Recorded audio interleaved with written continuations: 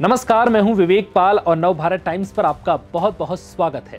श्रीलंका में भयंकर तबाही मचाने और करीब 200 लोगों की जान लेने के बाद भारत पहुंचा चक्रवाती तूफान दितवाहा अब तमिलनाडु में अपना कहर दिखाना शुरू कर चुका है। उत्तरी तमिलनाडु के कई जिलों में भारी बारिश हो रही है।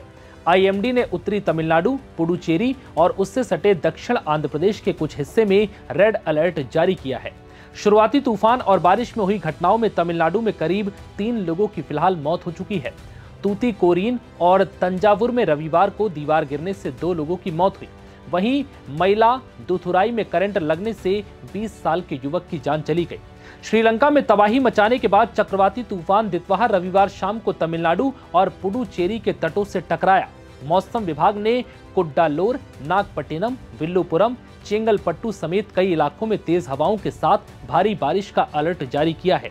वहीं एनडीआरएफ और एसडीआरएफ समेत 28 से ज्यादा डिजास्टर रिस्पांस टीमों को तैनात किया गया।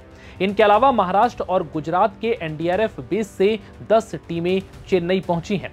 तमिलनाडु में भारी बारिश के कारण शनिवार को 54 उड़ानें रद्द कर दी गई। पुडुचेरी सेंट्रल यूनिवर्सिटी ने साइक्लोन के कारण छुट्टी घोषित कर सभी परीक्षाएं भी स्थगित कर दी हैं।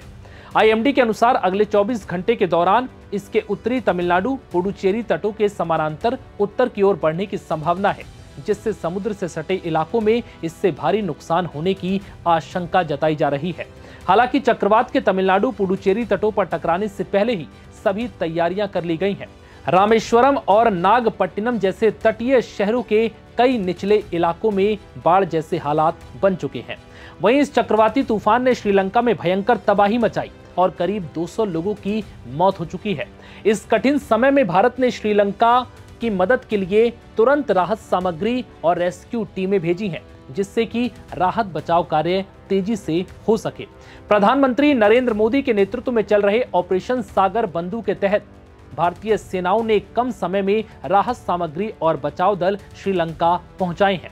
सबसे पहले भारतीय नौसेना ने राहत कार्य शुरू किया।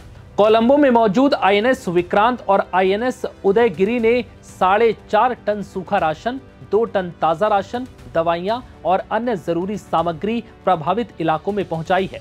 आईएनएस विक्रांत से 2 चेतक हेलीकॉप्टरों ने उड़ान भरी, जो श्रीलंकाई वायुसेना के जवानों के साथ मिलकर बाढ़ वाले इलाकों में खोज और बचाव कार्य कर रहे हैं।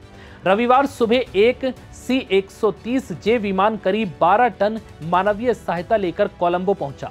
इसमें टेंट, तिरपाल, गर्म कपड़े, स्वच्छता किट और तैयार भोजन शामिल है। इसके तुरंत बाद एक IL-76 विमान भी उतरा, जो 9 टन राहत सामग्री, 80 एनडीआरएफ कर्मियों की टीमें, 4 स्निफर डॉग्स लेकर आया। ये टीमें अब पूर्वी और मध्य श्रीलंका में तैनात हैं, जहां नदियां उफान पर हैं और सड़कें पानी में डूबी हुई हैं। ऐसे में श्रीलंका के लिए भारत सबसे आगे आया और राहत बचाव में उसकी मदद कर रहा है, जो एक दोस्ताना रिश्ता दिखाता है। फिलहाल इस वीडियो में इतना ही। इजाजत दीजिए। नमस्कार।